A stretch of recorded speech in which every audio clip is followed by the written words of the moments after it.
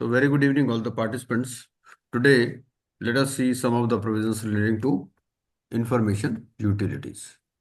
And then we'll see the provisions regarding the board. So, information utilities. Section 209. What section 209 says? Section 209 says to function as information utility without a certificate of registration. So it says, save as otherwise provided in this code, no person shall carry on its business as information utility under this code without a certificate of registration issued in that behalf by the board. So obtaining certificate of registration is necessary. Now section 210. Section 210 says registration of information utility. So it says that an application has to be made in a particular manner, and that is given in the regulations. Acknowledgement within 7 days, and board, if satisfied, they will grant the certificate, and it may be subject to certain conditions, and they may renew the certificate also. They may order, suspend, they may by order suspend or cancel also the certificate. Okay. Suppose it has been made by making a false false statement or misrepresentation or any other unlawful means, that it has failed to comply with the requirements of the regulations, it has contravened any of the provisions on any other ground.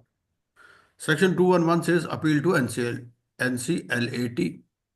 So, if your order is rejected, if your registration is rejected and you feel aggrieved by the order of the board, which is made under section 210, 210 talks of registration. So, it might be that your registration is denied or registration already denied is cancelled. So, then you can appeal to the NCLAT. Section 212, governing board. So board may, for ensuring that an information utility takes into account the objectives, so they can set up a governing board. Core services, then obligations of the information utilities.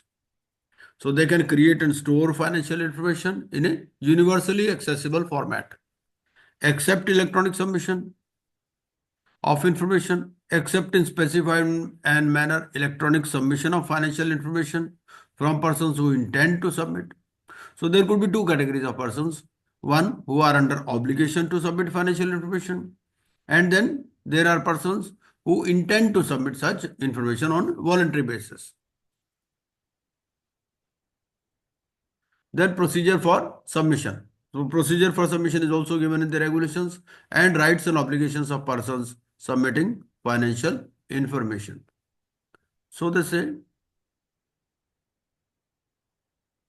a person who intends to update or modify, he can do so. Now let us have a look at the regulations. So in regulations, the first important definition is of application programming interface. Now what is the meaning of this application programming interface? Application programming interface means a mechanism that allows a system or service to access data or functionality provided by another system और service. क्या मतलब है इसका? मैं तो जी, आप इसका मतलब समझाइए, क्या मतलब है इसका? Application programming interface. Application programming interface means from other service you will get you have the right to access from the other service the information. That is information utility. From you will get the data from the information utility about the other companies. देखिए, मेरे को ऐसा लगता है कि इसका हाँ मतलब क्या है. सर इसका मैं मतलब, बोलूं एक बार. Yes please, yes. हाँ बोलिए ना सर मैडम. इसका सर इसका मतलब ये भी हो सकता है कि this is a contract between की जैसे दोस्त उसके बीच में एक सर्विस कॉन्ट्रैक्ट है कि मैं अगर कुछ रिक्वेस्ट करूंगी तो सामने वाला ऐसे रिस्पॉन्स देगा. मतलब इट इज एपीआई का मतलब तो यही होता है वैसे जनरली तो. Actually, as we know, there are various systems. ठीक है. कोई विंडोज पे काम कर रहा है, कोई मैकिंटॉश पे हम्म. काम कर रहा है. बहुत सारे हम्म. सिस्टम्स है ना. हम्म. बेसिकली ऑपरेटिंग सिस्टम्स है. जैसे कोई फायरफॉक्स पे काम करता है, बहुत सारे लोग गूगल पे काम करते हैं, बहुत सारे फेसेस हैं, बहुत सारे इंटरफेसेस हैं। तो अब मान लीजिए ये जो है, एक आदमी एक इंटरफेस यूज कर रहा है, दूसरा आदमी दूसरा ऑपरेटिंग सिस्टम यूज कर रहा है, तो भी क्या है कि आप उसको एक्सेस कर सकते हो, डेटा या फंक्शनैलिटी। कोई जरूर, ओके। एक कई सिस्टम में तो क्या होता है, जैसे suppose you are maintaining your accounts on Busy, ठीक है, अब किसी भी हम्म। आदमी को समझने के लिए उसको बिजी पर ही आना पड़ेगा, हम्म। या फिर आप वो आपके सिस्टम का एक्सेस लेगा। बहुत सारी चीजें ऐसी होती हैं कि वो क्या होता है कि it allows access from whatever source you are maintaining the books, या मेंटेनिंग द अकाउंट्स, या मेंटेनिंग द इंफॉर्मेशन। कोई ऐसा सिस्टम बना देना, जैसे मान लीजिए आप इनकम टैक्स साइट को, वेबसाइट को एक्सेस करते हो, ठीक है, अब किसी भी ब्राउजर से आप कर गूगल से सकते भी हैं। कर सकते हो, फायरफॉक्स हम्म। से भी कर सकते हो, मैकिंटॉश से भी, बहुत बहुत सारे सिस्टम्स हैं। जो भी सिस्टम हम्म। है इस तरह से, हम्म। क्योंकि वो एक्चुअली एक प्रोग्रामिंग इंटरफेस है, और आप हाँ। जैसे अपने प्रोग्राम एमसीए पर साइड, रहते हुए ही उसमें डेटा फीड भी कर सकते हो और एक्सेस भी कर सकते हो। आई थिंक एमसीए साइड में सर, जैसे एमसीए ऑनलाइन फॉर्म जाते हैं सारे, हाँ, रिटर्न भी ऑनलाइन हम्म। होती है। हम्म। बिल्कुल ठीक है। तो तभी तो सर हम चार्ज वगैरह की डिटेल निकाल पाते हैं ना, हाँ इंफॉर्मेशन यूटिलिटी में यही तो होगा कि वहां से डिटेल्स निकाल हाँ, पाए। बिल्कुल बिल्कुल बिल्कुल बिल्कुल बिल्कुल बिल्कुल ठीक है। मतलब इसका मतलब यही है, हम रिक्वेस्ट कहीं से भी करें रेस्पॉन्स आ जाएगा। हाँ बिल्कुल बिल्कुल, ये नहीं कि वो कहेगा भाई ये वाला सिस्टम, पर्टिकुलर सिस्टम आपको हम्म। नहीं चाहिए, ऐसा कुछ नहीं।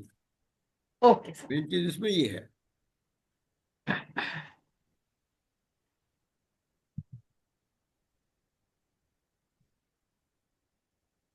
अब certificate of registration, certificate of registration means a certificate of registration granted or renewed by the board under section 210. Hmm. Control हो गया, control shall have the meaning assigned to it in under section 2 subsection 27 of the Companies Act. Financial information means any public announcement made under the code for the purposes of sub clause F of clause 13 of section 3. तो अगर हम section 3 clause 13F देखें तो क्या बोलता है?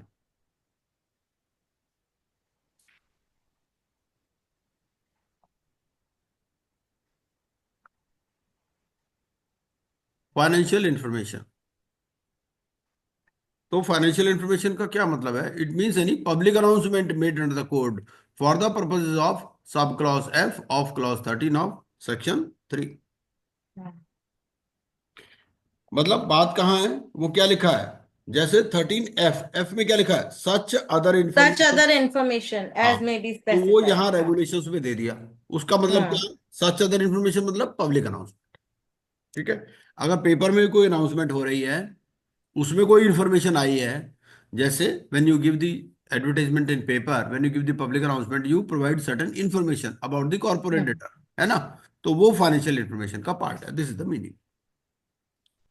Now governing board means the board of directors as defined under section 2 subsection 10 of the Companies Act.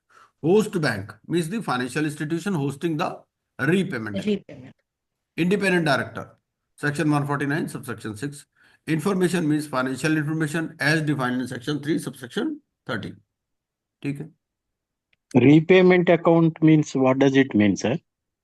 जहां से पेमेंट करेंगे ना, वही होगा ना सर, जिसमें फंड्स आएंगे और वो फंड्स डिस्ट्रीब्यूट होंगे, वही होगा host bank.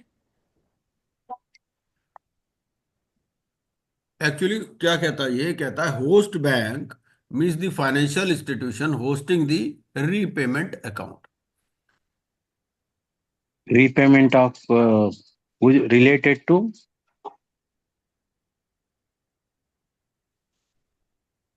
Now it is talking of repayment. So repayment means what? Let us see. एक minute.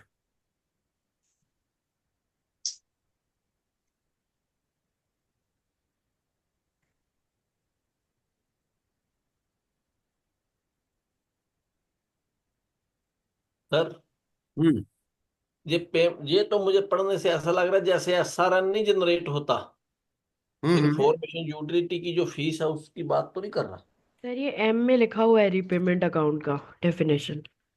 Okay. Means the bank account to which a debtor is obliged to repay its debt as recorded in information utility. तो ये repayment account है. हाँ जी. Means the bank account to which a debtor is obliged to repay its debt as recorded in an information utility. तो यहां पर इन्होंने एक facility provide कर दी, ये रीपेमेंट अकाउंट दे दिया. Suppose debt is recorded in information utility, और बात वही है, वो डेट क्या है, डेट, वो आपकी बात बिल्कुल ठीक है, एसआरएन जनरेट होगा और एसआरएन के थ्रू जो पेमेंट होगा वही है.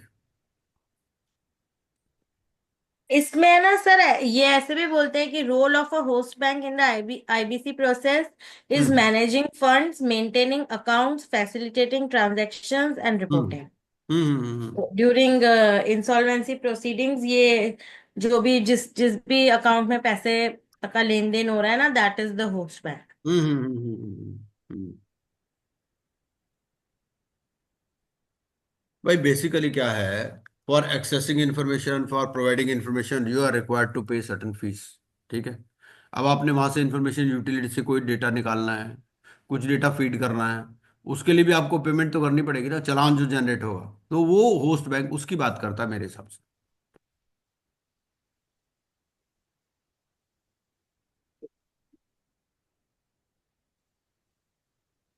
पर यहां बोलता है to which debtor is oblige to repay its debts as recorded in an information utility. तो इसका मतलब तो ये हो गया कि suppose debt is registered with an information utility. ठीक है. और मान लीजिए अब वो उस कंपनी को पेमेंट नहीं करके यहां पर पेमेंट करेगा, इसका पर्पस तो ये हो गया. चलिए आगे देखते हैं, पता चलेगा और थोड़ी क्लैरिटी आएगी. Okay, okay, sir. Okay. Now independent director हो गया. Information means the financial information, की managerial personal as per Companies Act, net worth as per Companies Act. Outsourcing means contracting out services to a third party.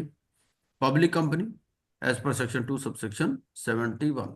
Record of default means the status of authentication of default issued in Form D of the schedule, because this information utility will issue the record of default in Form D. ठीक है. Repayment account. Repayment account means the bank account to which a debtor is obliged to repay its debts as recorded in an information utility. Section means a section of the code. Secure systems shall have the meaning assigned to it in section 21 ZD of the IT Act. Schedule means schedule. Submission of information includes updating of information. Technical standards means the standards laid down by the board through guidelines issued under regulation 13 from time to time. And user means a person who avails of the services of an information utility, and unless the context otherwise requires, words and expressions used but not defined shall have the meaning assigned to them in the code. Now eligibility for registration. This we have summarily also seen. अब वो जब हमने chart discuss कर रहे थे तो chart में हमने ये वाला पॉइंट कवर कर लिया है. ठीक है. मिनिमम नेटवर्थ कितनी है इसमें? 50 करोड़ से है महतो जी? मिनिमम नेटवर्थ कितनी है? 50 50 crore, sir. Hmm.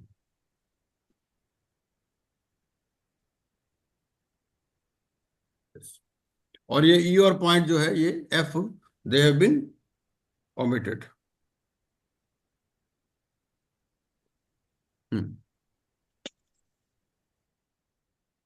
The person itself, its promoters, its directors, its KMP, and persons holding more than 5% directly or indirectly of its paid up equity share capital और its total voting power are fit and proper persons. ठीक है. और fit and proper की definition भी हमें दे रखी है, ये हमने पहले भी पढ़ लिया है. ठीक है. Provided that a person shall not be considered fit and proper if he has been sentenced to imprisonment for a period of not less than 6 months but not less than 7 years, and a period of 5 years has not elapsed from the date of expiry of the sentence or of 7 years or more. That means if a person has been sentenced to imprisonment of 7 years or more, then he will be never considered to be a fit and proper person. ठीक है. अगर 6 months to 7 years है तो then you have to wait for 5 years. Absence of restraint order in force issued by a financial sector regulator or the adjudicating authority and financial solvency. So these are the conditions for registration. Application for registration, application in form A, non refundable fees 10 lakhs, ठीक है. For renewal form A 10 lakh, and board shall acknowledge within 7 days. Disposal, board shall allow the opportunity to remove the deficiencies, ठीक है. The board may require additional information. Board may require the applicant to appear in person, and then if the board is satisfied that the applicant is eligible, that it is the technical competence and financial capacity required to function as an information utility, has adequate infrastructure to provide services in accordance with the code, has its employment persons having adequate professional and other relevant experience to provide services in accordance with the code, and has complied with the conditions of the certificate of registration if he has submitted an application for renewal under regulation 42. It may grant or renew a certificate of registration to the applicant as an information utility in form B of the schedule within 60 days. ठीक है. But this 60 days shall exclude the time given by the board for removing the deficiencies or presenting additional documents. ठीक है. अगर board को लगता है कि registration ought not to be granted or ought not to be renewed, then it shall communicate the reasons within 45 days of the receipt of application, excluding the time given by the board for removing the deficiencies, presenting additional documents or clarifications, or appearing in person as the case may be.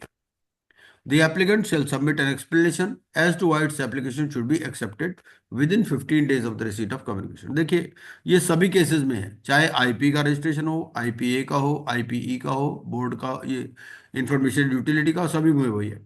अगर reject करने का है तो 45 day में they will communicate and within 15 days he has to revert. ठीक है. And then उसमें फिर 30 डेज का टाइम बाद आपने में जो मिलता है. चार्ट दिया था ना उसमें भी यही था कि 45 बिल्कुल बिल्कुल यही है, यही है. ये हाँ सब में यूनिवर्सल ही है और उसको हाँ उसको 60 डेज का टाइम होता है और फिर हाँ 45 + 15 मैंने तो ऐसे याद किया है. बिल्कुल ठीक है, बिल्कुल ठीक है. हाँ. और उसके बाद में फिर 30 डेज दोबारा 30 डेज. हाँ सर. हाँ यही है. ये सभी में यही है, सेम है. Now conditions for registration. ये जो सर्टिफिकेट है this shall be valid for a period of 5 years from the date of issue, or certificate shall be subject to the condition that the information utility shall abide by the code, abide by its bylaws at all times after the grant of certificate, continue to satisfy the requirements. और fees कितनी है? 1 crore rupees to the board within 15 days of receipt of intimation of registration or renewal. ठीक है. और उसके अलावा क्या देना है? एक तो 1 crore फीस है, उसके अलावा 10% pay to the board fees calculated at the rate of 10% of the turnover from the services as an information utility rendered in the preceding financial year on और बिफोर 30th अप्रैल. तो 10% जो भी उसको fees मिल रही है information utility को, उसका 10% of the turnover they have to give to the board.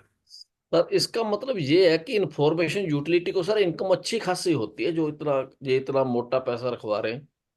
हाँ होती ही होगी नेचुरली. क्या करता होगा ये रिकॉर्ड तो केवल नहीं रखता. अगर रिकॉर्ड की फीस से तो सर 200-400 से क्या होता है, नहीं 500 नहीं नहीं नहीं रिकॉर्ड नहीं. देखिए ऐसा है कि जो बैंकर्स है ना, banker they always give the information to information utility.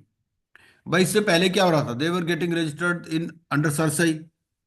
अब बैंकर क्या होता है? As soon as they give the loan they will give the information to information utility. They will be filing periodical returns also कि भाई ये इतने new charge create हो गए, ये चार्जेस सेटिस्फाई हो गए, ये नए लोन हो गए, ये रीपेमेंट हो गया, इस तरह से. तो अल्टीमेटली आइडिया ये है कि record of this information utility is developed on its own, कि यहीं से ही देख लिया जाए ताकि वो डॉक्यूमेंट्स वगैरह देखने का झंझट ही ना रहे. अगर इंफॉर्मेशन यूटिलिटी में रजिस्टर्ड है that means it's a valid debt. Idea वही है. लेकिन अभी क्योंकि थोड़ा प्राइमरी फेज में है तो इसीलिए they allow other documents also besides record of information utility. ठीक है Sir, one of the main activity is all this information that the information utilities have is used as intelligence information, sir. ये decision making के लिए use होता है sir ये. Okay.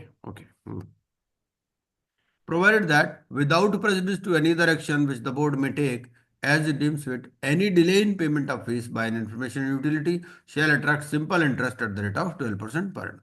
ठीक है. चलिए इलस्ट्रेशन भी दिया है. where an information utility generates turnover amounting to 75 crores in the financial year 22-23, it is liable to pay fees of 7.5 crores to the board on or before 30th April. Otherwise, 12% simple letter of interest. Then it has to seek prior approval of the board for acquisition of shares or voting power by a person, ठीक है, which taken together with shares already held entitles him to hold more than 5%, ठीक है, या change of control या merger amalgamation. This we have discussed through chart also, ठीक है. Sale, disposal, voluntary liquidation. Intimate the board if a person holding more than 5% ceases to hold at least 5%. ठीक है. Then also they have to inform within 15 days from such cessation. Take adequate steps for redressal of grievances. Take over information stored with other information utilities on the direction of and in the manner directed by the board and provide core services to their users. ठीक है. As of now, there is only one information utility. लेकिन theoretically there could be more. ठीक है. So if one ceases to function, या his registration is cancelled, then the other will take over. Abide by such other conditions as may be stipulated by the board. In principle approval. So there is a concept of in principle approval also. So if a person wants to establish an information utility, it may make an application for in principle approval. ठीक है. और इसमें जो non refundable application fees है वो है 5 lakh rupees. And if the board is satisfied that the applicant is a fit and proper person, proposal or the existing company which may receive registration would be able to meet the eligibility requirement, it may grant in principle approval. ठीक है, for a period not exceeding 1 year. और ये जो during this period the company shall make the application. Now shareholding and governance. ये हमने chart के through भी discuss कर लिया. तो normally no person shall at any time directly or indirectly either by itself or together with persons acquire or hold more than 10%. ठीक है. In certain cases 25%. कौन कौन से हैं? Government company, stock exchange, depository, bank, insurance company, public financial institution. ठीक है. और फिर 100% भी है. ये 51%. 51% किस में है? ये इन केसेस में 51%. ठीक.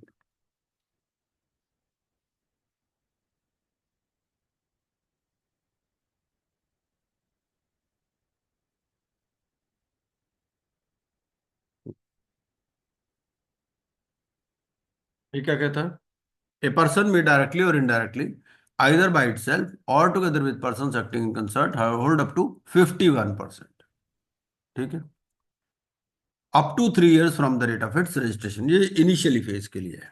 ठीक है. Or an Indian company which is listed on a recognized stock exchange in India, or where no individual directly or indirectly, either by himself or together with persons acting in concert, hold more than 10%, may hold up to 100% of the paid up equity share capital or total voting power up to 3 years from the date of its registration. ठीक. Provided that information utility is registered before 30th September 2018. ठीक है. तो उन्हीं के लिए applicable है. The provisions of this regulation shall not apply to the holding of shares or voting power by the central government or state government. ठीक है. Composition of the governing board. Governing board में कौन कौन होंगे? Managing director, independent director और share holder director. अब आपको याद आ रहा होगा आईपीए वाला. आईपीए में भी सिमिलर प्रोविजंस है ना. वहां पर भी यही 3 डायरेक्टर है, मैनेजिंग डायरेक्टर, इंडिपेंडेंट डायरेक्टर और शेयर होल्डर डायरेक्टर्स. 7 होता ना सर टोटल. वो कहता है सेम है ना सर. यहाँ भी 7 होता है. 1 मैनेजिंग डायरेक्टर, 3 वर्किंग. वो सेम है ना सर. वो एक बार देख लेते हैं कितना है इसमें.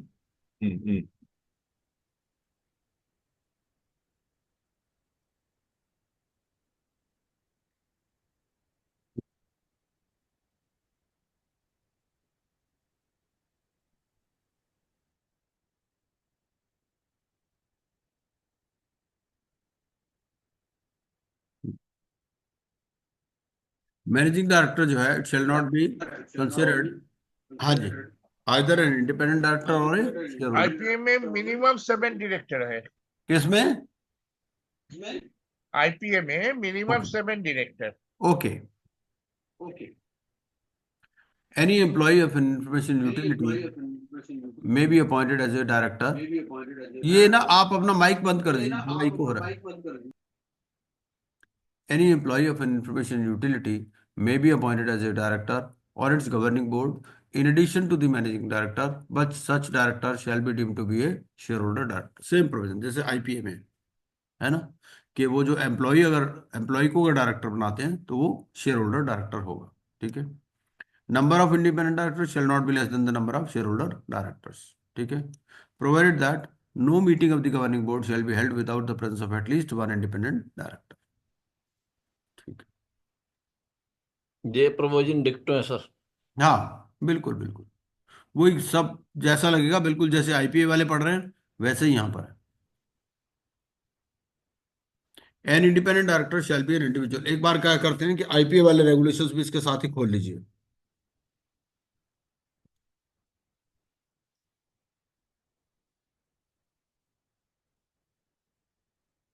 तो IPA में कौन सा रेगुलेशन नंबर है इसका?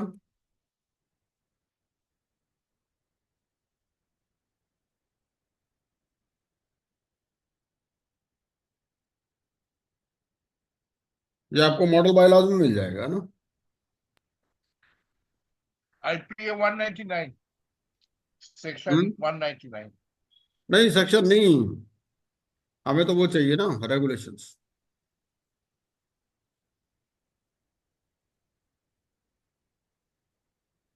ये आपको मिलेगा रेगुलेशन नंबर 5.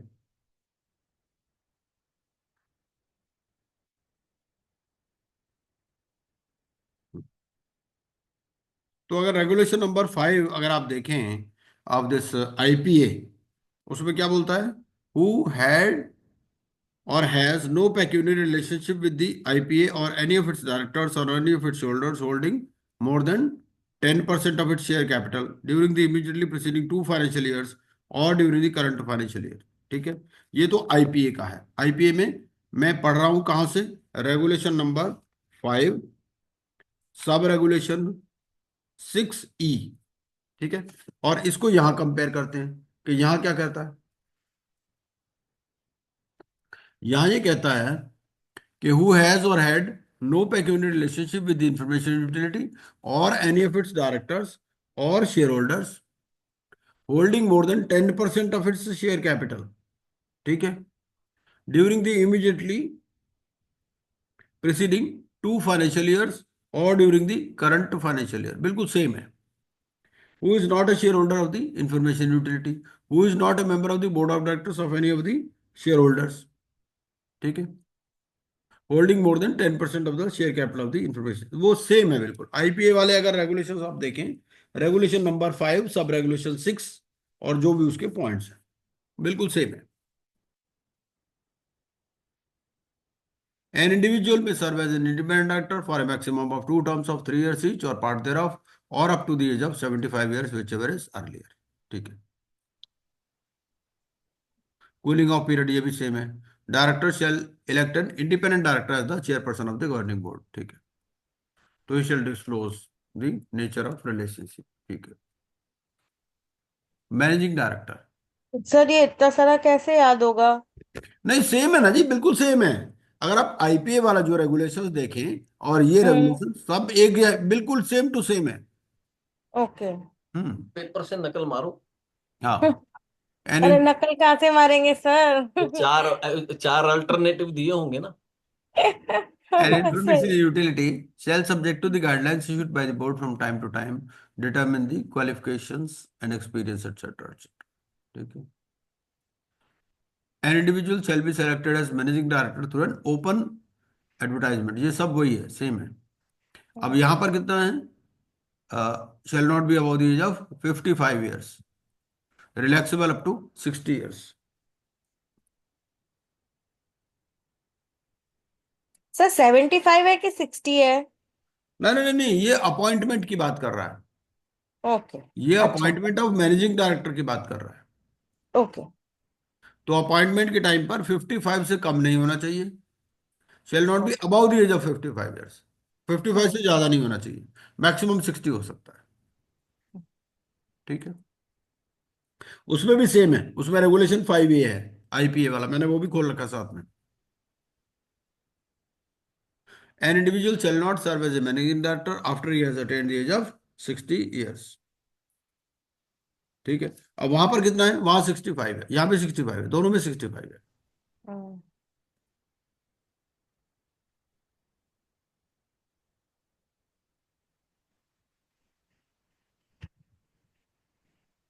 चलिए, उसके बाद में रेगुलेटरी कमेटी देख लेते हैं। एन इंफॉर्मेशन यूटिलिटी में कॉन्स्टिट्यूट है regulatory committee from amongst the independent directors, तो इंडिपेंडेंट डायरेक्टर्स में से ये एक रेगुलेटरी कमेटी बनाएंगे।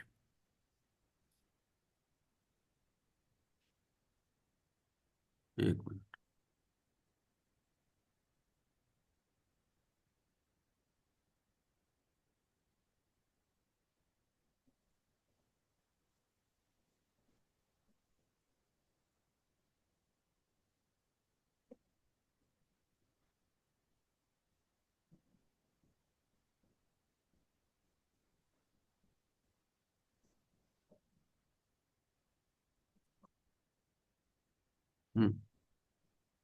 the regulatory committee, if constituted, shall oversee the information utilities compliance with the code. अच्छा, यहां पर क्या है, यहां पर भी कोई रेगुलेटरी कमेटी है क्या? वहां पर क्या है, सेल्फ इवेल्युएशन है आईपीए में, और फिर एक कंप्लायंस ऑफिसर है। यहां पर क्या है, यहाँ रेगुलेटरी कमेटी, ये रेगुलेटरी कमेटी वाला आईपीए में नहीं नजर आया मुझे कहीं, आईपीए में नहीं है ये। ठीक है, कंप्लायंस ऑफिसर वाला कॉन्सेप्ट आईपीए में भी है, यहां पर भी है। ठीक है,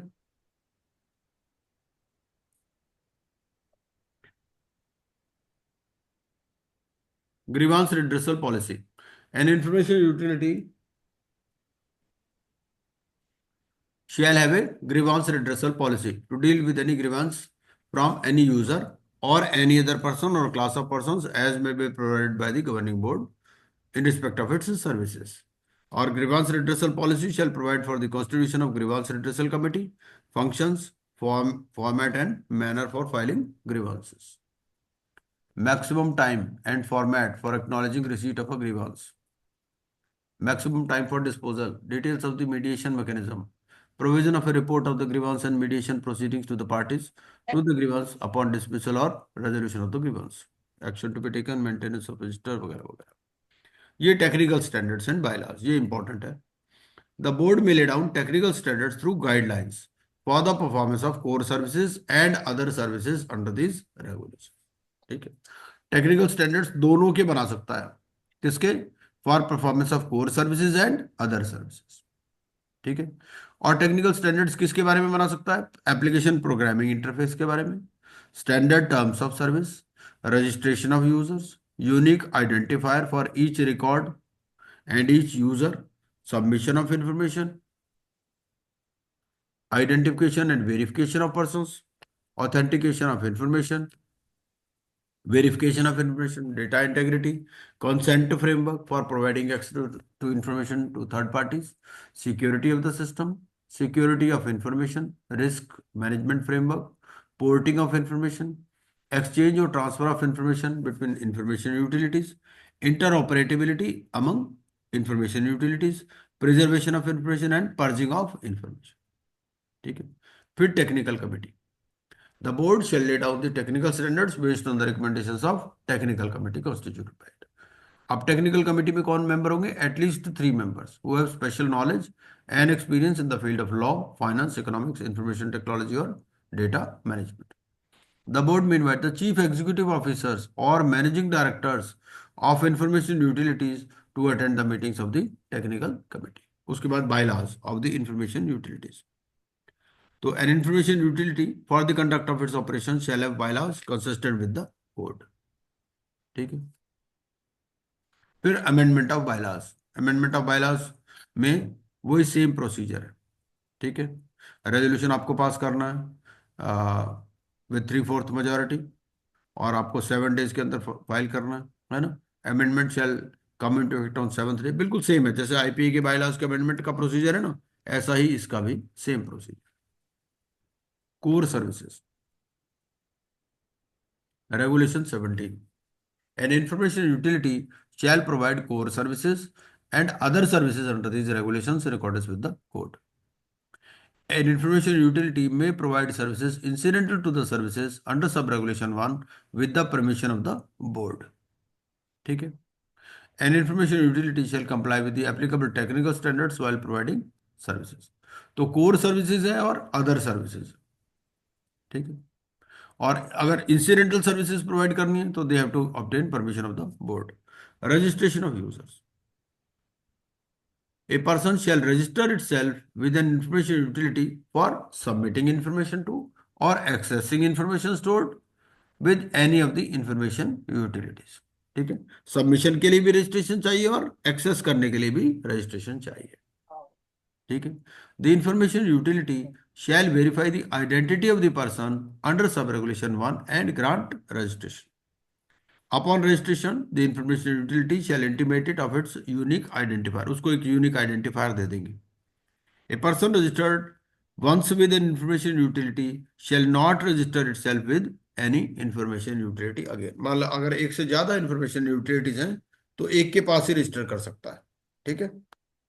An information utility shall provide a registered user a functionality to enable its authorized representative to carry on the activities in sub-regulation 1 on its behalf. An information utility shall maintain a list of the registered users, unique identifiers of the registered users, and the unique identifiers assigned to the debts under regulation 20. ठीक है? Dates को भी unique identifier देंगे और registered users को भी. ठीक है? And make the list under clause A available to all information utilities and the board. ठीक है? Now use of different information utilities. A registered user may submit information to any information utility in case there are more than one. अभी तो एक ही है. Different parties to the same transaction may use different information utilities to submit or access information in respect of the same transaction. Transaction same है. ठीक है ना? तो एक पार्टी क्या है? एक party receiver of the debt है, एक party giver of the debt है. ठीक है ना? तो दोनों जो है they may use different information utilities to submit or access information in respect of the same transaction. ठीक है? Illustration भी दिया है. A debt transaction has creditor A and debtor B. A may submit information about the debt to information utility X, while B may submit information about the same debt to information utility Y. ठीक है? A user may access information stored with an information utility through any information utility. यही है वो application programming interface का फायदा. ठीक है ना? कहीं से भी आप एक्सेस कर सकते हो. An information utility shall accept information submitted by a user in Form C. तो Form C के अंदर they will accept the information. ठीक है? Before filing an application to initiate CIRP, ये important है. Under section 7 or 9, as the case may be, the creditor shall file the information of default with the information utility, and the information utility shall process the information for the purpose of issuing a record of default in accordance with regulation 21. ठीक है? तो जब भी आपने section 7 या section 9 की application file करनी है तो क्रेडिटर क्या करेगा? Creditor shall file the information of default with the information utility और वो उसको प्रोसेस करेगी for the purpose of regulation 21. Regulation 21 अभी हम पढ़ते हैं, देखते हैं क्या है उसमें.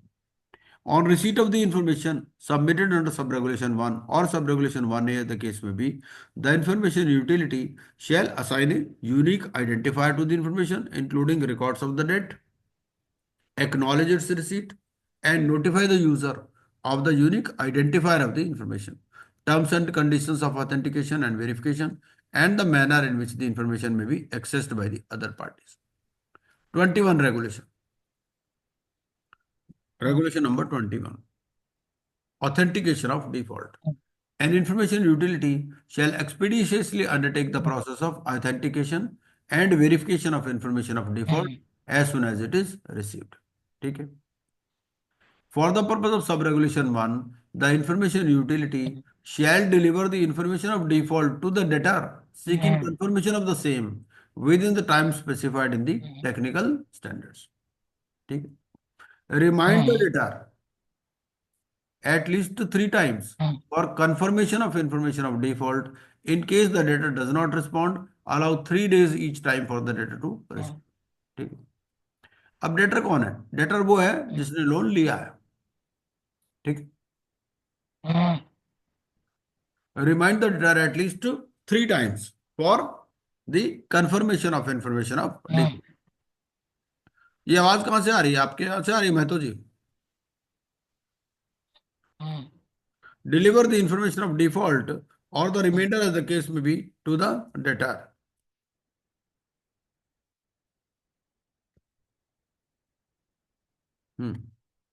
चलिए, deliver the information of default or the reminder as the case may be to the debtor either by hand, post or electronic means at the postal or email address of the debtor, registered with the information utility by him, failing which recorded with MCA 21 and SARSAI. ठीक है, failing which submitted in Form C of the schedule. एक minute. अच्छा, on completion of the process, the information utility shall record the status of authentication of information as indicated in the following table. देखिए ऐसा है कि debtor ने क्या किया? Debtor has taken the loan and creditor, suppose creditor is the bank, ठीक है, bank has given the loan, so banker will give this information to the information utility. और इंफॉर्मेशन यूटिलिटी क्या करेगा? इंफॉर्मेशन यूटिलिटी उस party से confirm करेगा। ठीक है, अब वो पार्टी हो सकता है कंफर्म कर दे, हो सकता है कंफर्म ना करे, हो सकता है उसको चुप रहे। ठीक है, 3 चीजें हो सकती है। सपोज द डेटर कंफर्म्स, तो उस केस में क्या होगा? इंफॉर्मेशन का स्टेटस ऑथेंटिकेटेड और ग्रीन कलर से, colour of the status green show करेगा। ठीक है, क्रेडिटर ने इंफॉर्मेशन दी कि मैंने इस पार्टी को लोन दिया, इस पैन नंबर को लोन दिया, डेटर डिस्प्यूट कर रहा है, डेटर कहता है मैंने तो कोई लोन लिया ही नहीं, तो डिस्प्यूटेड है, रेड है। ठीक है, और अगर डेटर को 3 मेल गई उसके बाद भी वो रिस्पॉन्ड नहीं करता, ठीक है, तो ये it is deemed to be authenticated. ठीक है, provided that in case of financial creditors which are banks included in the second schedule, the information utilities will record the status of authentication of information of default as indicated in the table below. इसमें ना 2 तरह के हैं information. पहला, जो bank ने अगर information दी है, तो बैंक ने अगर इंफॉर्मेशन दी तो टेबल 2 के हिसाब से चलना है। अगर और कोई फाइनेंशियल क्रेडिटर है तो उस केस में फिर टेबल 1 के हिसाब से चलना है। इसमें क्या होगा? या तो ग्रीन होगा या रेड होगा। If a bank has given the information and the banker is such which is included in the second schedule of RBI Act, तो उस केस में अगर डेटर ने कंफर्म कर दिया तो ग्रीन, और debtor does not respond even after 3 reminders तो भी ग्रीन। ठीक है, लेकिन अगर डिस्प्यूट कर दिया तो फिर red. After recording the status of information of default, the information utility shall communicate the status of the authentication in physical और इलेक्ट्रॉनिक फॉर्म। ठीक है, ये फॉर्म डी के अंदर ये जो है इंफॉर्मेशन दे देगा by issuing a record of default to the registered users who are creditors of the debtor who has defaulted in payment of a debt and parties and sureties if any to the debt in respect of which the information of default has been received. ठीक है, now dissemination of public announcement. An information utility shall disseminate every public announcement. Sir information utility उनको notify नहीं करेगा, corporate debtor को नहीं करेगा, सिर्फ creditor and हाँ, और वो पार्टीज एंड द श्योरिटीज है if any to the debt. अच्छा, बेसिकली इंटरेस्टेड पार्टीज जो भी हैं। ओके हाँ, तो कॉर्पोरेट डेटर तो आएगा ना, उसमें पार्टीज में आ जाएगा ना वो तो। ओके, तो सर मतलब काम इजी हो गया एफसीज का, डायरेक्टली अब आयु करेगी पूरा काम इनका। हाँ, जो धीरे FCs धीरे। पहले कर रहे थे। हाँ हाँ, बिल्कुल बिल्कुल, वो फॉर्म डी लीजिए आप उससे, इंफॉर्मेशन यूटिलिटी से, और कोई रिकॉर्ड लगाने की जरूरत नहीं, कोई आपको लोन एग्रीमेंट लगाने की जरूरत नहीं, कोई प्रूफ ऑफ वो सब लगाने की जरूरत नहीं। प्रूफ ऑफ डिफॉल्ट भी यहीं से मिल जाएगा, प्रूफ ऑफ डेट भी यहीं से मिल जाएगा, yes and it is deemed to be authentic source, क्योंकि ये कंफर्म करने के बाद में ही इंफॉर्मेशन फीड करती है इंफॉर्मेशन यूटिलिटी। सिर्फ क्रेडिटर ने information they the, only on that basis they want feed the information, so they will correspondingly confirm it from the opposite party. ठीक है ना, इसीलिए वो दे दिया ना कि भाई ऑपोजिट पार्टी कंफर्म करेगी या रिस्पॉन्ड नहीं करेगी या फिर डिस्प्यूट करेगी, ये सारा इसीलिए टेबल है ये। अच्छा।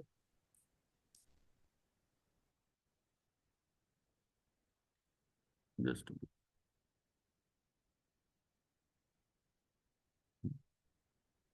an information utility shall disseminate every public announcement it receives or has access to on the date of its receipt or access, as the case may be, to its registered users.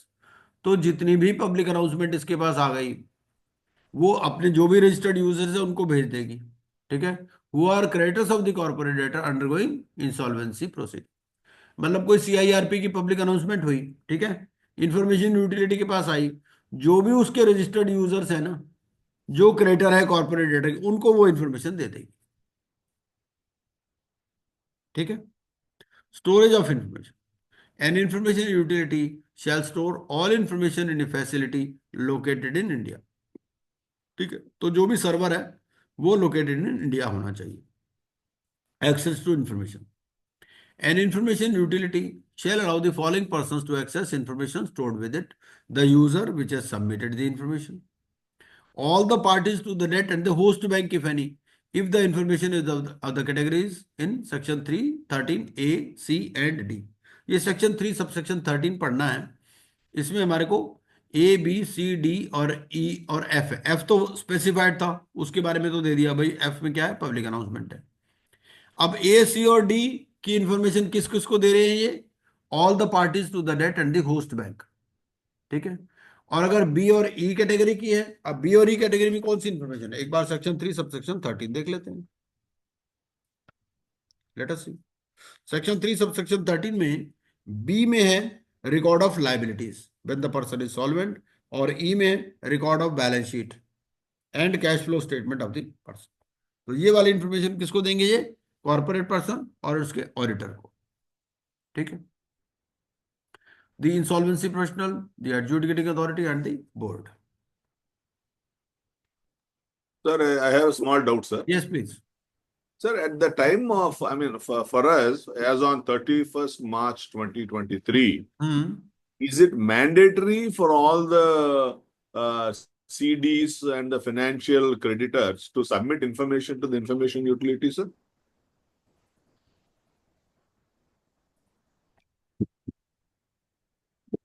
I think the answer is given in section 215.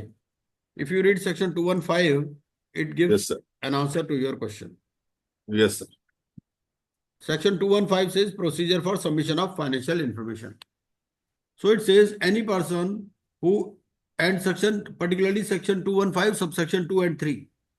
So section 215, subsection 2 says a financial creditor shall submit financial information and information relating to assets in relation to which any security interest has been created. ठीक है? And an operational creditor Yes, sir. may submit financial information. Operational creditor के लिए optional है और financial creditor के लिए it is mandatory in case Right. Security interest has been created, ठीक है। Right. Thank you, sir. तो section 215 gives the guidance on this. Now storage of information, ये हो गया। एक्सेस टू इंफॉर्मेशन, ये भी क्लियर हो गया, ये हो गया। चलिए, any person authorized to access the information, any other person who the persons referred to in A, B or C have consented to share the information. An information utility shall in all cases enable the user to the date the information was last updated, the status of the authentication and the status of verification while providing access to the information, ठीक है। वो red green yellow वो सब display होगा और कब तक updated है ये भी रहेगा, ठीक है, while providing access to the information.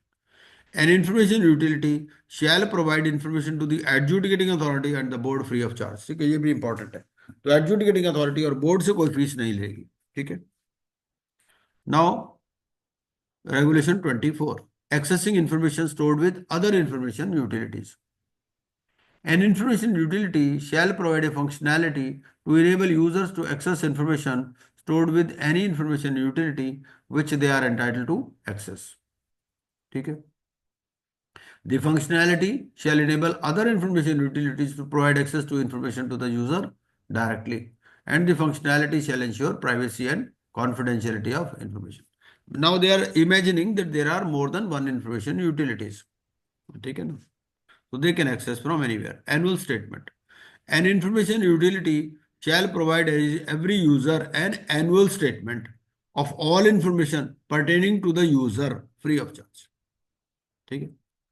जैसे 26 ईयर्स मिलता है ना, ऐसा ये यहाँ एनुअल इंफॉर्मेशन मिल जाएगी pertaining to the user. An information utility shall provide the user a functionality to mark information as erroneous and corrected. ठीक है. Porting information from registries. An information utility may import information from such registries as may be notified. An information utility shall render the core services under section 39B, C and D in accordance with these regulations. Duties of user. ठीक है. User ने कौन से form में submit करनी है? Form सी के अंदर, और सर्टिफिकेट मिलेगा फॉर्म डी के अंदर.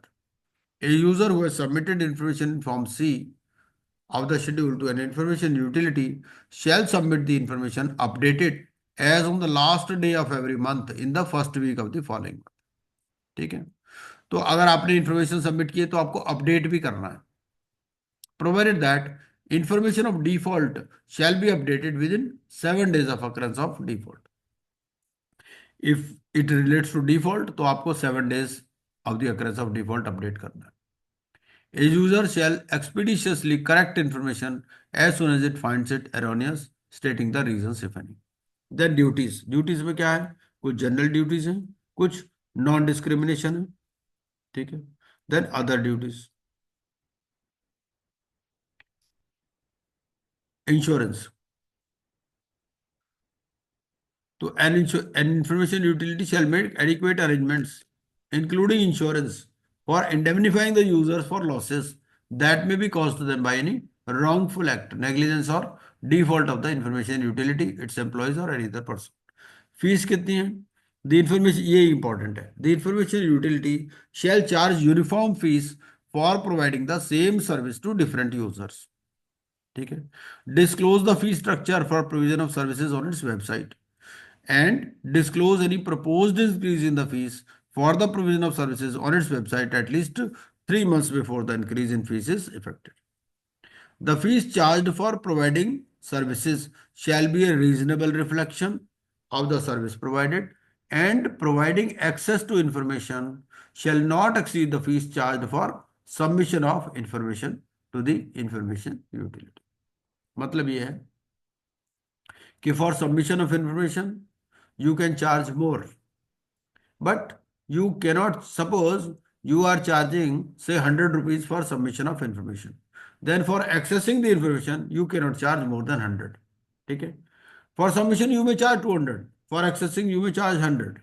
ठीक है. क्यों लिखता है? The fees charged for providing access to information shall not exceed the fees charged for submission of information. मतलब सबमिशन की ज्यादा हो सकती है लेकिन एक्सेस वाले की ज्यादा नहीं हो सकती. ठीक है. Risk management.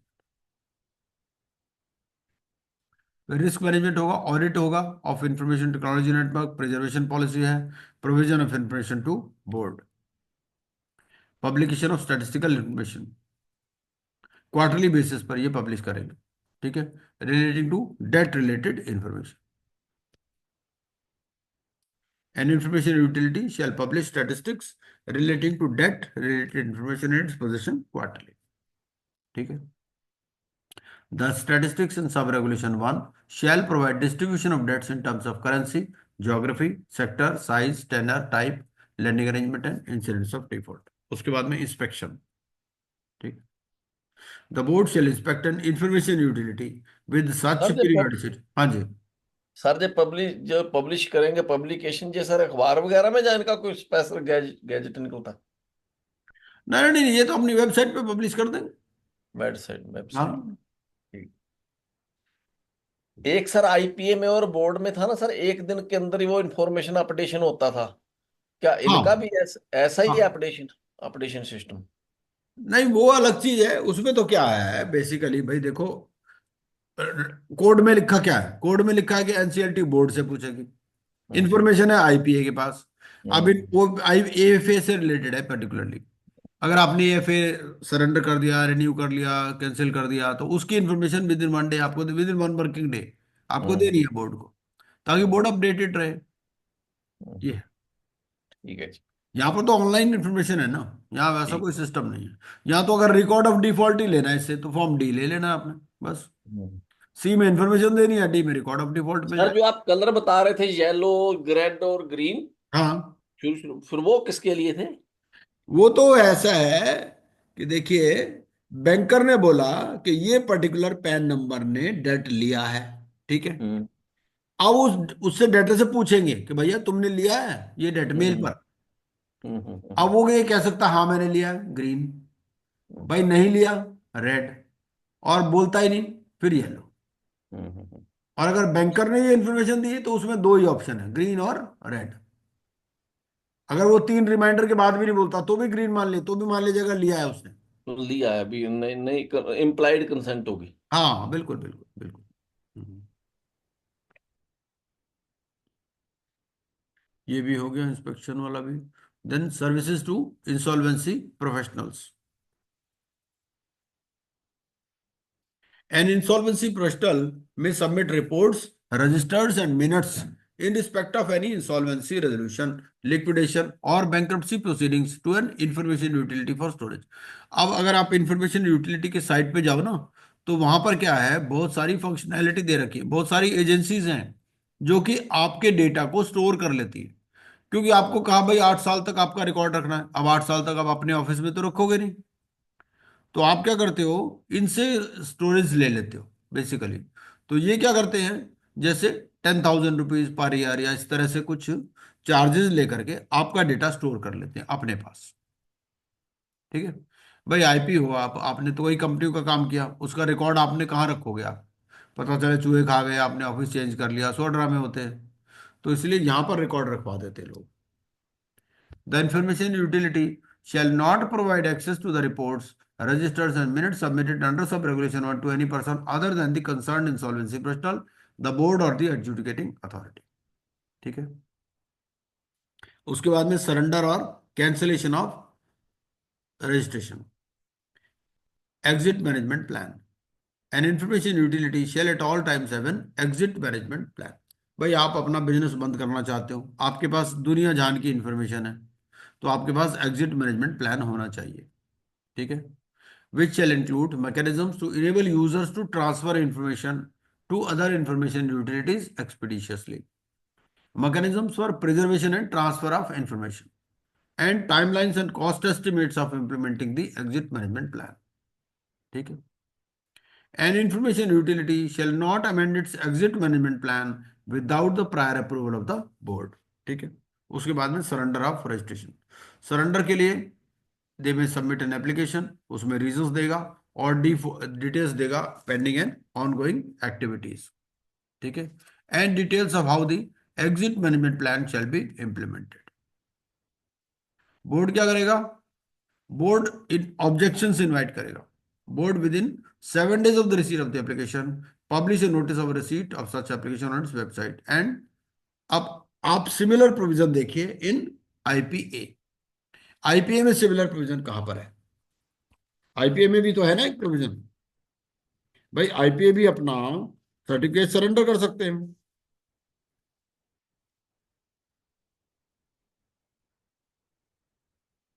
ये चैप्टर आपको मिल 3। जाएगा रेगुलेशन नंबर 27 में।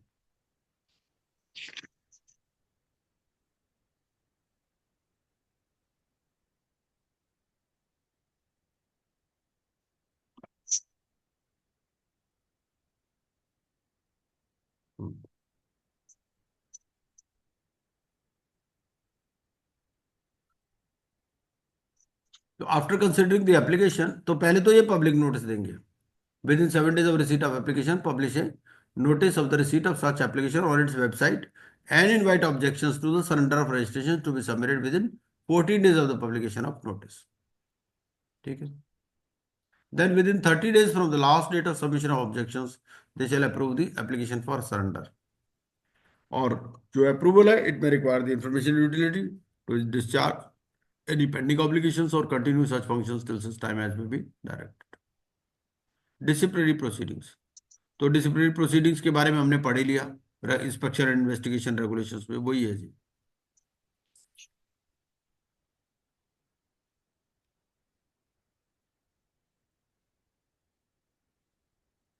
Appeal, an appeal may be preferred under section 211 within a period of 30 days of receipt of the order। ठीक है, तो ये इसने NCLAT में अपील करनी। उसके बाद ये फॉर्म ए है, application for registration, form B certificate है, और फॉर्म सी आपका हो गया ये फॉर सबमिशन ऑफ इंफॉर्मेशन, और फॉर्म डी हो गया रिकॉर्ड ऑफ डिफॉल्ट। ठीक है, तो ये थे हमारे फाइनेंस अकाउंट्स। अब हम देख लेते हैं ये वाले फंक्शन इसके, ग्रांट्स बाय सेंट्रल। एक बार बोर्ड वाला देख लेते हैं प्रोविजन, है ना, इससे पहले।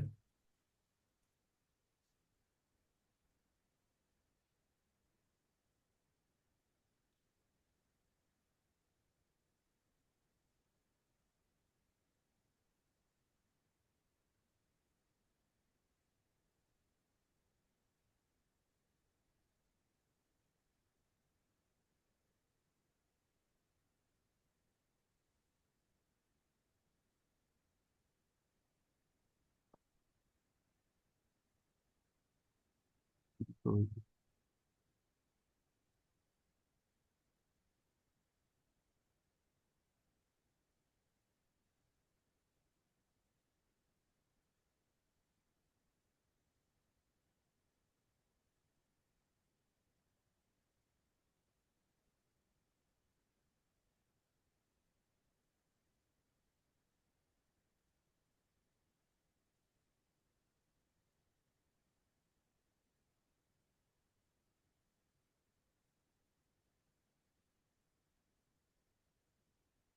ये मिसलेनियस से पहले ये फाइनेंस अकाउंट्स एंड ऑडिट ही देख लेते हैं जरा।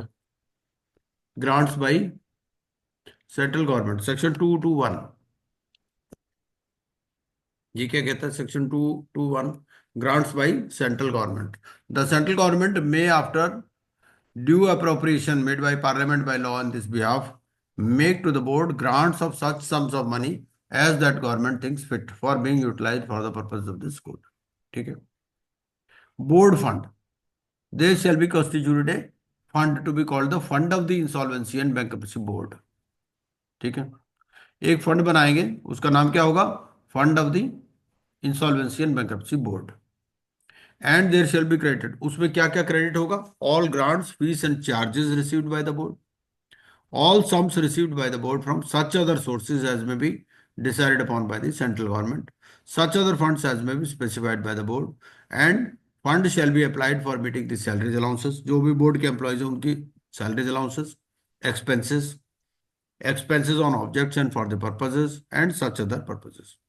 तो ये बोर्ड का एक फंड बनेगा। ठीक है, अकाउंट्स एंड ऑडिट, अब बोर्ड जो है प्रॉपर अकाउंट्स मेंटेन करेगा और ये सीएजी इनका ऑडिट करेगा। ठीक है सर हम्म सर अगर आईबीबीआई बोर्ड का कोई मेंबर अगर एनईएसएल का भी मेंबर है, तो फिर सर वो लोग लाइक कहाँ से सैलरी ड्रॉ करते हैं फिर? आईबीबीआई फंड से कि एनईएसएल के उससे फंड से? नहीं, उसमें क्या लिखा है वो ये कहता है कि there are two types of members of the board. कुछ तो एक्स ऑफिशियो मेंबर्स हैं। अच्छा, ओके।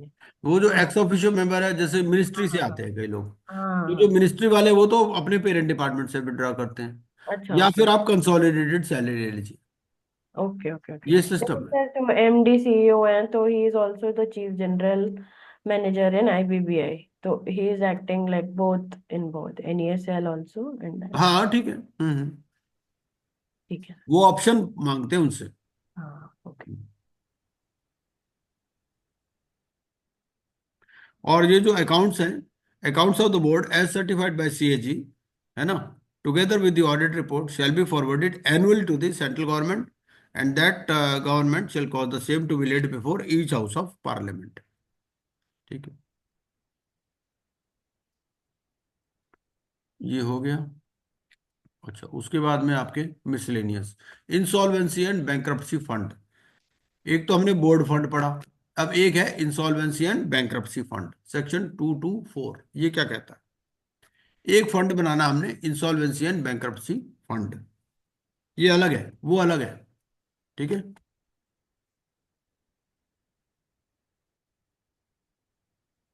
और इसमें क्या क्या क्रेडिट होगा? Grants made by the central government, amount deposited by persons as contributions to the fund, amount received in the fund from any other source, and the interest or any other income received out of the investment made from the fund, ठीक है। अब इसमें individual भी contribute कर सकते हैं।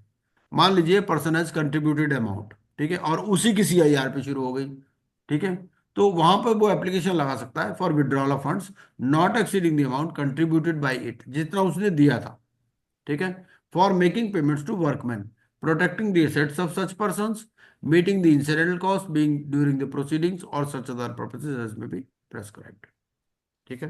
The central sir government, ये sir this is like a FD given by the corporate director to meet the to cater the expenses in case of बिल्कुल इंसॉल्वेंसी। बिल्कुल ठीक है, बिल्कुल सही। जी सर। वो ले सकता है वहां से, मैक्सिमम उसको उतना ही मिलेगा जितना उसने दिया हुआ है।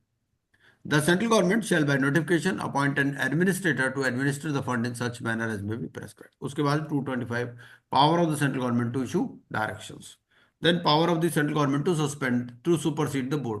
भाई बोर्ड में भी कुछ गड़बड़ हो रही है। देखो, information utility, IPA, IP, IPE, इन सब का तो रजिस्ट्रेशन बोर्ड कैंसिल कर सकता है, पर बोर्ड को कौन सस्पेंड करेगा? बोर्ड को सस्पेंड करने की पावर सेंट्रल गवर्नमेंट की, ठीक है। If at any time the central government is of the opinion that on account of grave emergency the board is unable to discharge the functions and duties imposed on it by or under the provisions of this code, or that the board has persistently not complied with any direction issued by the central government or in the discharge of functions and duties imposed on it by or under the provisions of the code, and as a result of non-compliance, the financial position of the board or the administration of the board has deteriorated, or that circumstances exist which render it necessary in the public interest so to do, तो central government क्या करेगी? एक notification issue करेगी superseding the board for such period not exceeding 6 months, ठीक है, as may be specified in the notification. और अगर ये नोटिफिकेशन इशू हो गया तो क्या होगा? Upon the publication of a notice superseding the board, all the members shall, as from the date of supersession, vacate their offices as such. All the powers, functions, and duties which may, by or under the provisions of this code, be exercised or discharged by or on behalf of the board shall, until the board is reconstituted, be exercised and discharged by such person or persons as the central government may direct. And all property owned or controlled by the board shall, until the board is reconstituted, vest in the central government, ठीक है। अच्छा, on the expiry of the period of supersession specified in the notification, the central government may reconstitute the board for fresh appointment, and in such case any person or persons who vacated their offices shall not be deemed disqualified for appointment, ठीक है। वो जिन्होंने vacate किया था वो भी आ सकते हैं, है ना, provided that because they shall not be deemed disqualified for appointment, provided that the central government may at any time before the expiry of the period of supersession take action under this subsection. The central government shall cause a notification issued under subsection 1 and a full report of any action taken under this section and the circumstances leading to such action to be laid before each house of parliament. Section 227 बहुत important section है। Section 227 क्या बोलता है? Section 227 बोलता है power of central government to notify financial sector service providers. हमने part 2 में क्या पढ़ा? पार्ट 2 में पढ़ा कि corporate person does not include a financial service provider. Now suppose there is a bank and banker has availed some services and he doesn't pay, that bank is not paying, so then what is the recourse available? So that answer is given in section 227. So section 227 says, notwithstanding anything to the contrary contained in this code or any other law for the time being in force, the central government may, if it thinks necessary, in consultation with the appropriate financial sector regulators. So suppose a banker is not paying, then the central government will consult the RBI, notify financial, then it will issue a notification. ठीक है, notify financial service providers or categories of financial service providers. So they will say, they may give a general notification that okay, financial service providers with asset size of 500 crores or more, something like this, for the purpose of the insolvency and liquidation proceedings which may be conducted under this code in such manner as may be provided. तो इसके लिए हमारे पास regulations है, rules है, इसके rules है 1 to 10, और ये rules कौन से हैं? ये है आपका application to adjudicating authority rules, ठीक है, ये फॉर फाइनेंशियल सर्विस प्रोवाइडर्स, ये इसके रूल्स दे रखे। तो उस रूल्स में दे रखा है कि भाई it will be treated as section 7 application और they may appoint an administrator, ये सारी चीजें इसमें दे रखी है। द एडमिनिस्ट्रेटर मे और may not be an insolvency professional, थोड़ा सा डिफरेंट है, ठीक है। उसके बाद में बजट, बजट में ये है कि the board shall prepare in such form budget for the next financial year. फिर एनुअल रिपोर्ट, बोर्ड को एक एनुअल रिपोर्ट भी देनी है अपनी, और copy has to be laid before each house of Parliament. फिर डेलीगेशन, द बोर्ड में बाय जनरल और special order in writing delegate to any member और officer of the board the powers, ठीक है, except the powers which are given under section 240। Section 240 में कौन सी power है? Section 240 में पावर है पावर टू मेक रेगुलेशंस, ठीक है। सिर्फ वही पावर डेलीगेट नहीं कर सकता बोर्ड, बाकी पावर कर सकता, ठीक है। बार ऑफ जुरिस्डिक्शन, सेक्शन 231 क्या कहता है कि no civil court shall have jurisdiction. Section 232 members officers and employees of the board to be public servant. ये जो चेयरपर्सन है, members officers and other employees of the board shall be deemed when acting or purporting to act in pursuance of any provisions to be public servants. तो इनको public servant की immunity है। अब question ये उठता है, क्या इंसॉल्वेंसी प्रोफेशनल भी पब्लिक सर्वेंट है? The answer is no, he is an independent service provider, ठीक है, regulated, independent regulated service provider, professional service provider. 233 protection of actions taken in good faith. No suit, यहां पर आ गया उसके पास, no suit prosecution or other legal proceeding shall lie against the government or any officer of the government or the chairperson, member, officer or other employee of the board or an insolvency professional or liquidator for anything which is done or intended to be done in good faith under this code or the rules or regulations, ठीक है। तो insolvency professional और liquidator को भी इन्होंने cover कर लिया। So they are also given protection of actions taken in good faith. Agreement with foreign countries, तो सेंट्रल गवर्नमेंट में enter into an agreement with the government of any country, ठीक है, and the central government may by notification in the official gazette direct that the application of provisions of this code in relation to assets or property of the corporate debtor or debtor including a personal guarantor of a corporate debtor as the case may be situated at any place in a country outside India with which reciprocal arrangements have been made shall be subject to such conditions as may be specified, ठीक है।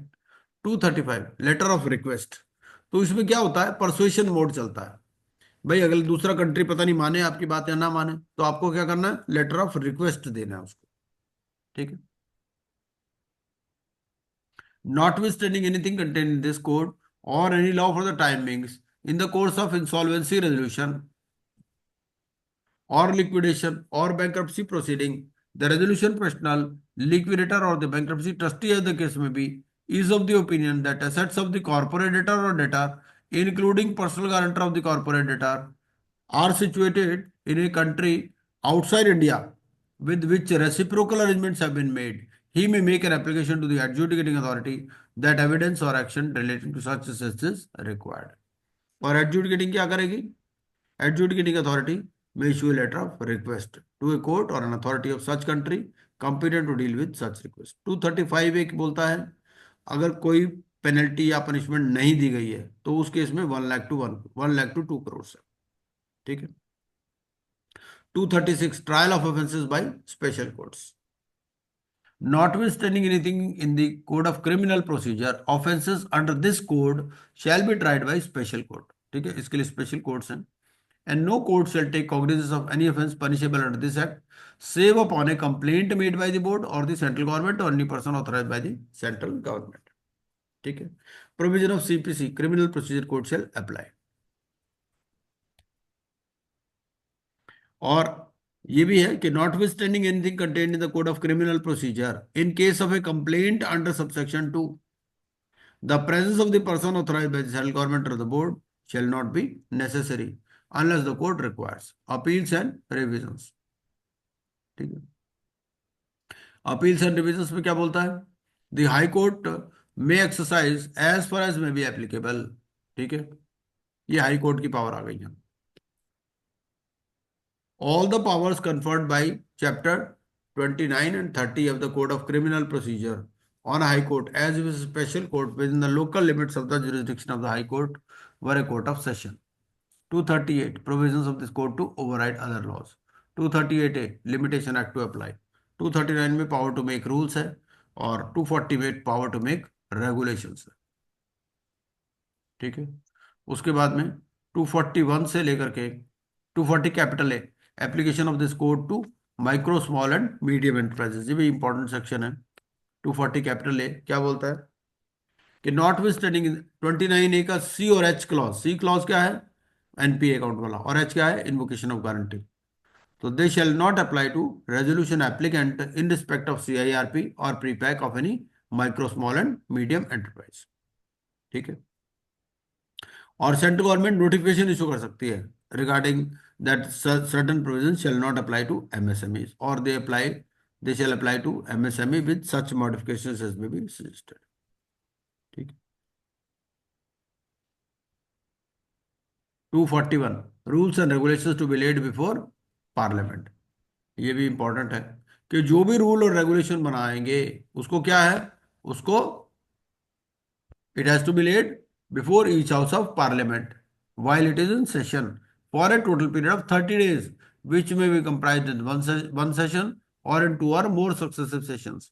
And if before the expiry of the session, immediately following the session or the successive sessions, both houses agree in making any modification in the rules or regulations, or both houses agree that the rule or regulation should not be made, the rule or regulation shall thereafter have effect only in such modified form or be of no effect as the case may be. However, that any such modification or an element shall be without prejudice to the validity of anything previously done under that rule or regulation. मतलब देखो, rule कौन बना रहा है? Central government. Regulations कौन बना रहा है? बोर्ड. ये कहां पर रखने हैं आपको? You have to lay them before each house of parliament for a total period of 30 days. चाहे वो एक सेशन में हो चाहे 2 सेशन में हो. और पार्लियामेंट उसको अमेंड कर सकती है या उसको एनल कर सकती है. यही है. 242 power to remove difficulties. If any difficulty arises in giving effect to the provisions of this code, the central government may by order published in the official gazette make such provisions not inconsistent with the provisions of this code as may appear to be necessary for removing the difficulty, provided that no order shall be made under this section after the expiry of 5 years from the commencement of this code. ठीक है, अब तो 5 साल भी हो गए. And every order made under this section shall be laid as soon as may be after it is made before each house of parliament. Repeal of certain enactment. President's Rounds Insolvency Act repeal हो गया. Provincial Insolvency Act repeal हो गया. ठीक है, लेकिन पुरानी proceeding चलती रहेंगी. 244 ट्रांजिशनल प्रोविजंस. फिर 245 से 255 तक डिफरेंट एक्ट्स अमेंड हुए, उसके बारे में बात करता है. ये शेड्यूल्स हैं.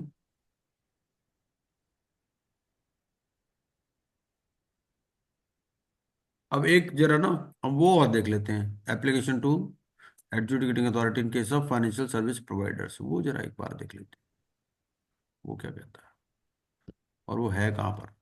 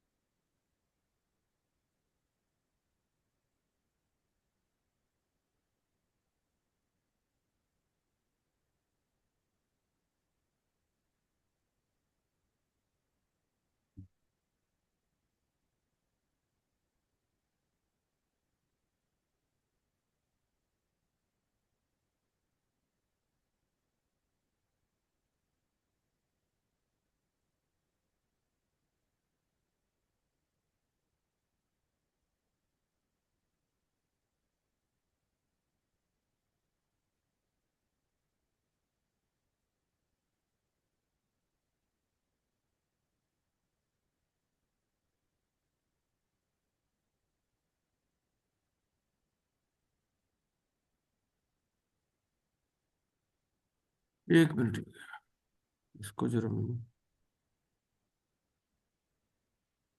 बोर्ड की वेबसाइट से देख लेता हूँ।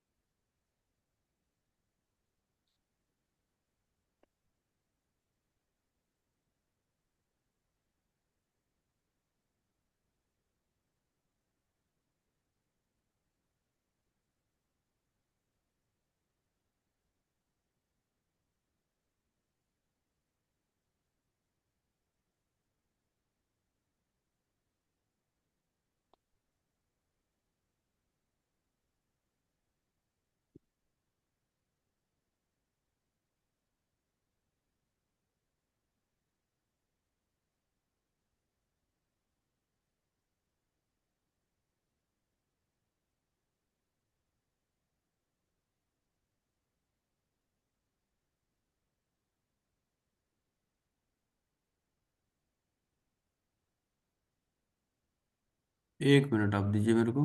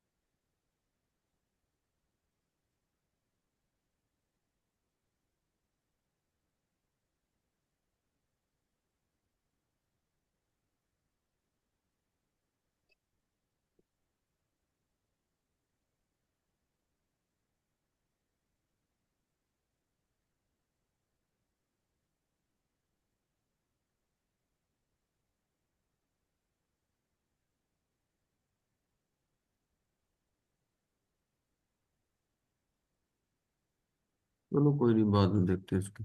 मैं देख रहा था application to adjudicating authority for financial service providers, application to adjudicating authority rules for financial service providers. कोई नहीं, कल कर लेंगे इसको डिस्कस।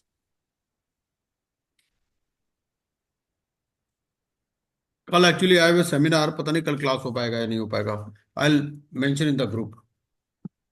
अगर आप नहीं तो आप डिस्कस कर लेना ग्रुप डिस्कशन के लिए। I will open the class. एक सर और सभी पार्टिसिपेंट से रिक्वेस्ट है कि हाँ यदि नहीं आप टाइम से ज्वाइन कर पाते तो आप मैसेज छोड़ दें, हाँ ताकि वो आगे की, जैसे आज भी हुआ तो हम दो तीन ही थे, तो एक बार हाँ। तो क्लास बंद होने की संभावना थी कि बंद नहीं करें।